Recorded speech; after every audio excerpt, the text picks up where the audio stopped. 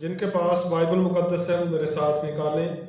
نئے عہد نامہ میں سے رومیوں کا خط، اس کا 3 باب 19ویں آیت سے لے کر 24ویں آیت تک ہم خدا کے پاک کلام میں سے تلاوت سنیں گے۔ کتاب مقدس میں سے آج جو ہمارے لیے تلاوت ہے، رومیوں کا خط 3 باب 19ویں آیت سے 24ویں آیت تک۔ اب ہم جانتے ہیں کہ شریعت جو کچھ کہتی ہے ان سے کہتی ہے جو شریعت کے ماتحت ہے، تاکہ ہر ایک کا منہ بند ہو جائے اور ساری دنیا خدا کے نزدیک سزا کے لائق ٹھہرے، کیونکہ شریعت کے اعمال سے کوئی بشر اس کے حضور راست باز نہیں ٹھہرے گا، اس لیے کہ شریعت کے وسیلہ سے تو گناہ کی پہچان ہی ہوتی ہے، مگر اب شریعت کے بغیر خدا کی ایک راست بازی ظاہر ہوئی ہے، جس کی گواہی شریعت اور نبیوں سے ہوتی ہے، یعنی خدا کی وہ راست بازی جو یسوع مسیح پر ایمان لانے سے سب ایمان لانے والوں کو حاصل ہوتی ہے، کیونکہ کچھ فرق نہیں، اس لیے کہ سب نے گناہ کیا اور خدا کے جلال سے محروم ہیں، مگر اس کے فضل کے سبب سے اس مخلصی کے وسیلہ سے جو مسیح یسوع میں ہے مفت راست باز ٹھہرائے جاتے ہیں۔ خدا کے پاک کلام کے پڑھے اور سنے جانے پر خدا کی برکت ہو، آمین۔ تشریف رکھیں۔ خداوند یسوع مسیح کے پاک اور مبارک نام میں آپ سب کی سلامتی ہو۔ خدا کا شکر ادا کرتے ہیں جس نے آج پھر ہمیں یہ موقع فراہم کیا ہے تاکہ ہم سب مل کر خدا کے زندگی بخش کلام میں سے سیکھ سکیں۔ آپ جانتے ہیں کہ انسان کو ہمیشہ سیکھنے کی ضرورت رہتی ہے، اور جب تک انسان اس دنیا میں ہے اس وقت تک وہ سیکھتا رہتا ہے، اور آپ جانتے ہیں کہ جیسے جیسے انسان زندگی گزارتا ہے، جیسے جیسے انسان اس دنیا میں چلتا پھرتا ہے، تجربات کرتا ہے، جیسے جیسے تجربات کرتا ہے اس کو پتہ چلتا ہے کہ جہالت ابھی زیادہ ہے اور علم ابھی کم ہے۔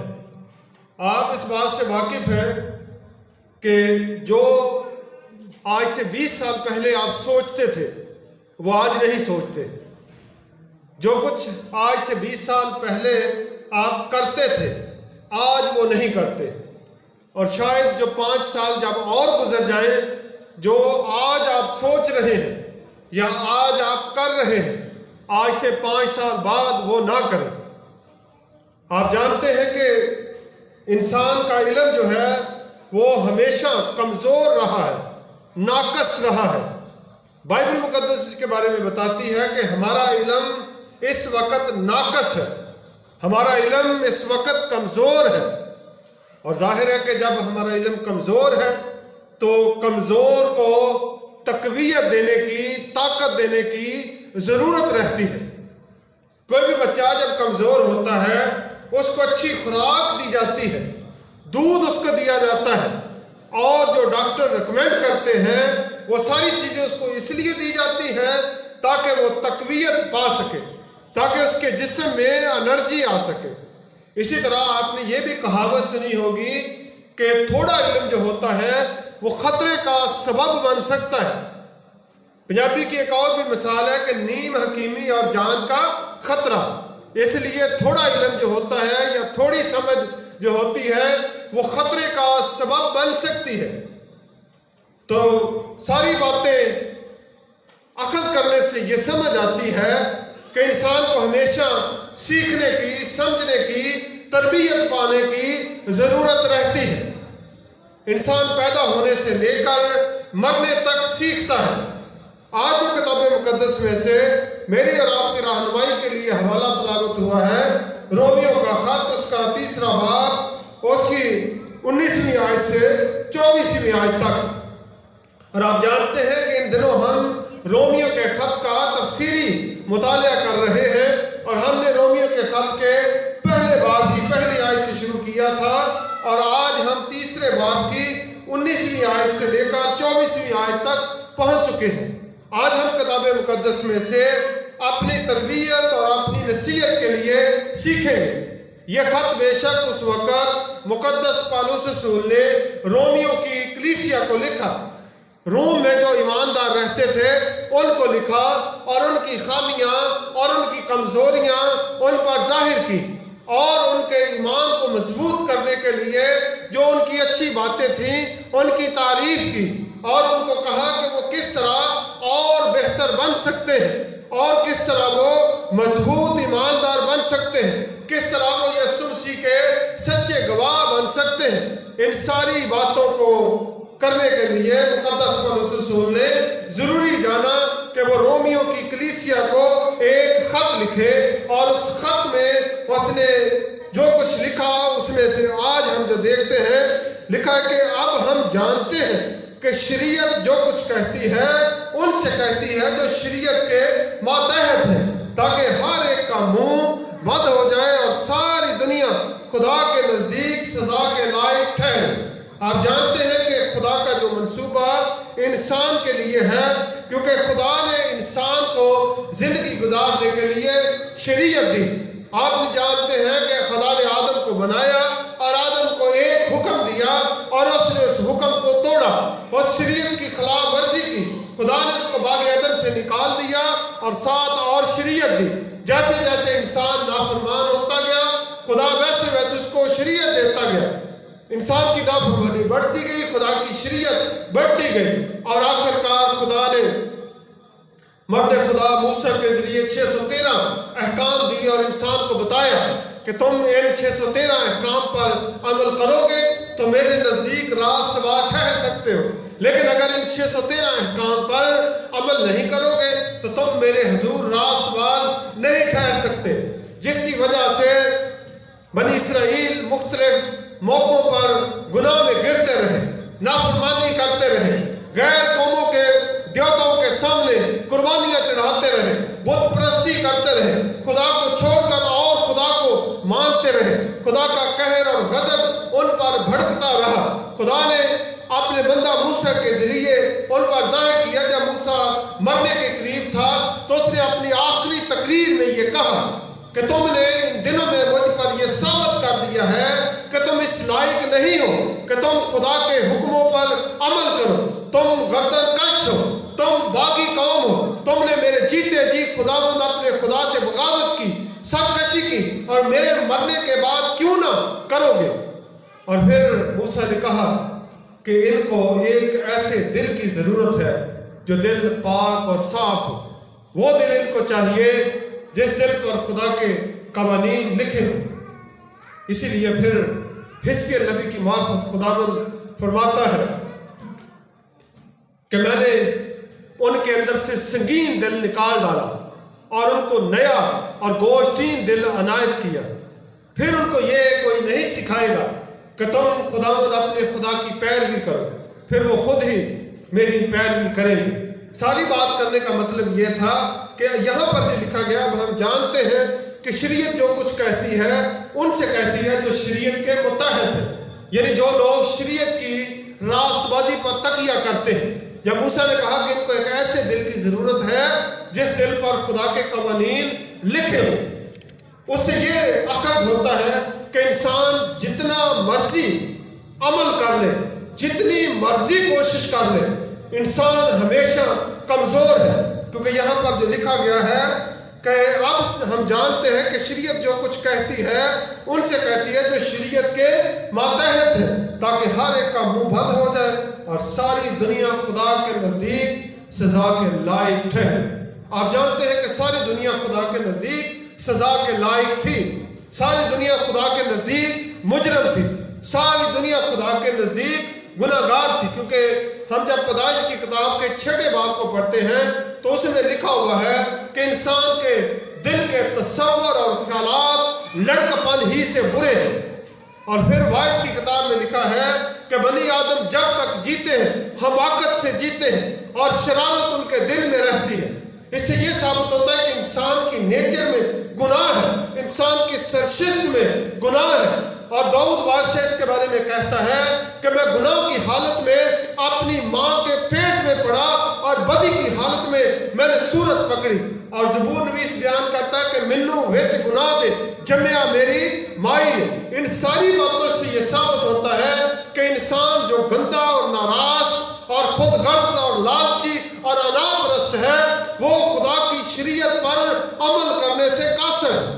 کتاب مقدس یہ بتاتی ہے، ہم جانتے ہیں کہ شریعت جو کچھ کہتی ہے ان سے کہتی ہے جو شریعت پر تقیہ کرتے ہیں۔ تقیہ کا مطلب ہے شریعت پر ٹھہر جاتے ہیں۔ یہودی جو تھے وہ شریعت پر عمل کر کے راست باز ٹھہرنا چاہتے تھے۔ وہ سمجھتے تھے کہ جب تک ہم شریعت پر ایک ایک نقطے پر عمل نہیں کریں گے اس وقت تک راست باز نہیں ٹھہریں گے۔ اور یقیناً خدا کا معیار یہی تھا۔ اور ان کی غلطی کیا تھی کہ وہ چند باتوں پر جو انسانوں کو دکھائی دیتی تھی ان پر تو عمل کر لیتے تھے، لیکن جو انسانوں سے اوجھل ہوتی تھیں ان پر عمل نہیں کرتے تھے۔ وہ یہ نہیں سمجھتے تھے کہ خدا ہمیں دیکھ رہا ہے۔ انسان کو جب بھی خدا نے پرکھا ہے کسی انسانی معیار پر نہیں پرکھا، بلکہ خدا نے اپنی پاکیزگی اور اپنی سچائی اور اپنی راست بازی کی کسوٹی پر انسان کو پرکھا ہے۔ اور انسان جب بھی خدا کی کسوٹی پر پرکھا جاتا ہے تب ہی انسان کم نکلتا ہے۔ ہم خداوند کے حضور تولے گئے اور ہم کم نکلے۔ اس لیے یاد رکھیں کوئی بھی شخص خدا کی شریعت پر عمل کرنے سے راست باز نہیں ٹھہر سکتا۔ اب مجھے یہ بتائیں کہ کوئی شخص گٹر میں گر جاتا ہے اور وہ نہائے دھوئے بغیر، ہاتھ منہ دھوئے بغیر کھانا بنانا شروع کر دے، کیا آپ وہ کھانا کھا سکیں گے؟ کبھی بھی آپ وہ کھانا پسند نہیں کریں گے، کیونکہ وہ خود پاک نہیں، وہ خود صاف نہیں۔ جب تک انسان خود پاک اور صاف نہیں ہوتا اس وقت تک جو وہ کام کرے گا وہ کام بھی گندا اور گھنانا ہوگا۔ اس لیے پاک اور صاف آدمی جب تک نہیں ہوتا اس وقت تک وہ شریعت پر عمل کرنے سے قاصر ہے۔ پاک اور صاف ہونے کے لیے بائبل مقدس میں جو معیار بتایا گیا ہے وہ یسوع مسیح پر ایمان لانا ہے۔ کیونکہ میں 20ویں آیت پڑھتا ہوں، یہاں پر لکھا ہے کیونکہ شریعت کے اعمال سے کوئی بشر اس کے حضور راست باز نہیں ٹھہرے گا، اس لیے کہ شریعت کے وسیلہ سے تو گناہ کی پہچان ہوتی ہے، مگر اب شریعت کے بغیر خدا کی ایک راست بازی ظاہر ہوئی ہے جس کی گواہی شریعت اور نبیوں سے ہوتی ہے، یعنی خدا کی وہ راست بازی جو یسوع مسیح پر ایمان لانے سے سب ایمان لانے والوں کو حاصل ہوتی ہے۔ آپ جانتے ہیں کہ راست بازی یسوع مسیح پر ایمان لانے کی وجہ سے حاصل ہوتی ہے۔ اور جب انسان یسوع مسیح پر ایمان لے آتا ہے اس وقت انسان کی سوچ تبدیل ہو جاتی ہے، اس وقت انسان کی نیچر تبدیل ہو جاتی ہے، انسان کی سرشت تبدیل ہو جاتی ہے، انسان یکسر بدل جاتا ہے۔ جیسے مقدس پولس رسول کو آپ دیکھتے ہیں کہ پہلے وہ مسیحیوں کو قتل کرتا تھا، مارتا تھا، خون ریزی کرتا تھا، عبادت خانوں سے گھسیٹ کر مقدس لوگوں کو باہر لے جاتا اور ذلیل اور رسوا کرتا تھا۔ لیکن جب وہ یسوع پر ایمان لے آئے تبدیل ہو گیا، تبدیل ہو کر کیا کرنے لگ گیا؟ یسوع کی گواہی دینے لگ گیا۔ اسی طرح جو لوگ چوریاں کرتے تھے، جو لوگ قتل و غارت کرتے تھے، جو لوگ دھوکہ دیتے تھے، جو لوگ جھوٹ بولتے تھے، جو لوگ شراب نوشی کرتے تھے، جو لوگ مختلف جرائم میں پھنسے ہوئے تھے، جو لوگ مختلف برائیوں میں پھنسے ہوئے تھے، وہ لوگ جب یسوع پر ایمان لے آتے ہیں یکسر تبدیل ہو جاتے ہیں۔ اس لیے کتاب مقدس میں لکھا ہے شریعت پر عمل کرنے کے وسیلہ سے کوئی شخص خدا کے نزدیک راست باز نہیں ٹھہر سکتا۔ کب راست باز ٹھہر سکتا ہے؟ جب یسوع پر ایمان لے آتا ہے۔ ایمان لانے کے بعد آپ کا ضمیر پاک ہو جاتا ہے، آپ کا دل و دماغ صاف ہو جاتا ہے۔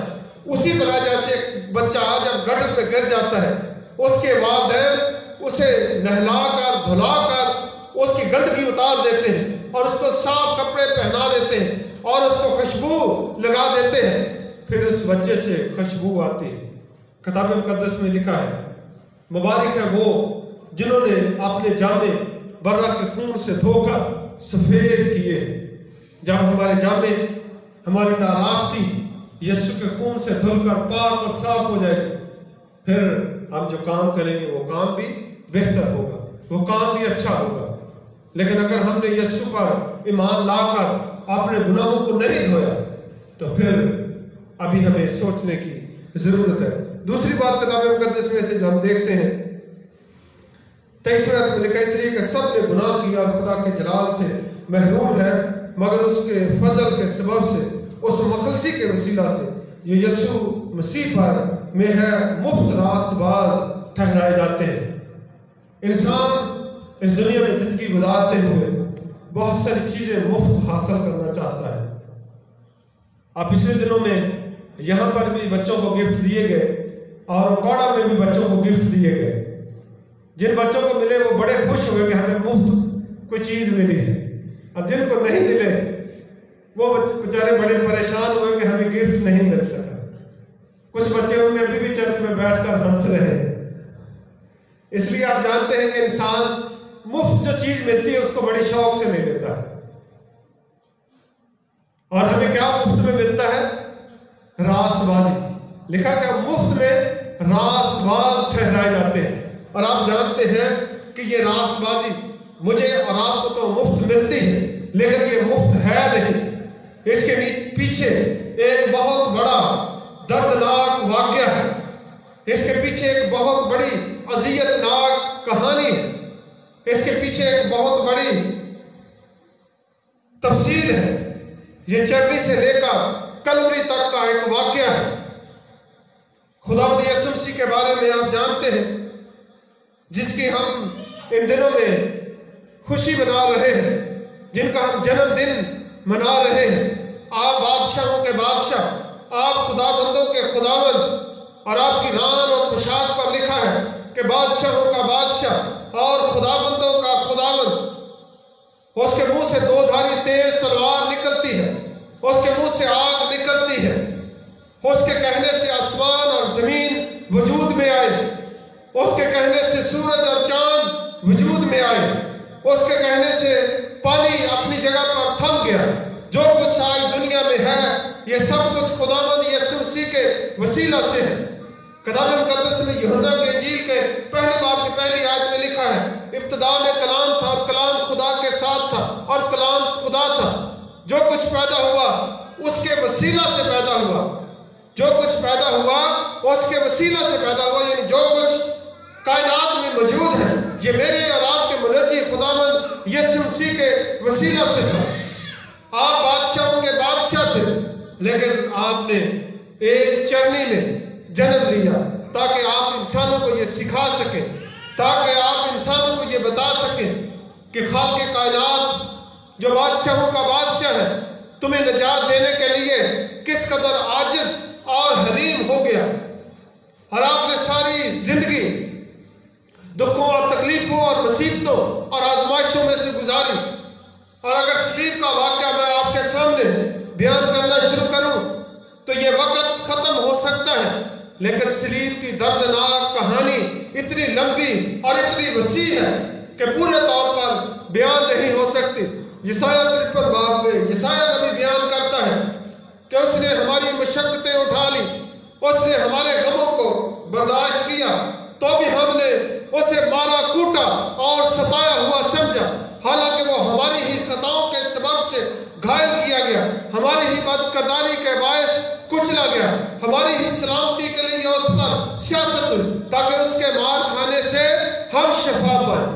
ہم مفت میں راست باز تو ٹھہرائے گئے ہیں، لیکن یسوع مسیح نے یہ نجات جو مجھے اور آپ کو دی ہے یہ مفت میں نہیں۔ انہوں نے اس کے لیے بہت بڑا